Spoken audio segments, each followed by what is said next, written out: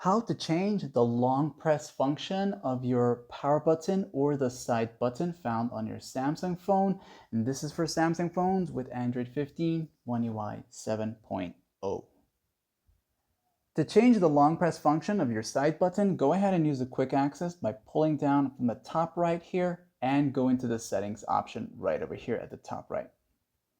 Once in this section, you'll want to go down and keep going down until you reach Advanced Features, this section right here. As you enter here, you'll see these different options. Then you're looking for Side Button, this one right here.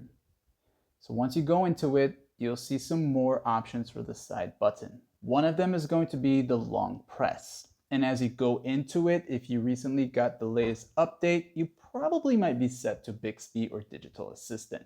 So if you want the one that has this here, when I hold it down, I'll get access to this right here. That's the one you want to set it to, is the power off menu. If you prefer to use Bixby, then when it's set to Bixby, it's going to be this right here. And I haven't set up mine yet because, well, I never used it since I had a Samsung phone.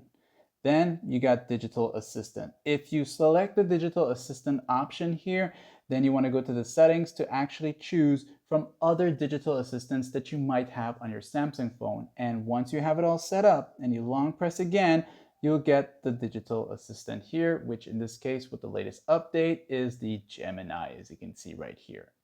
And if this guide helped you in any way, like and sub.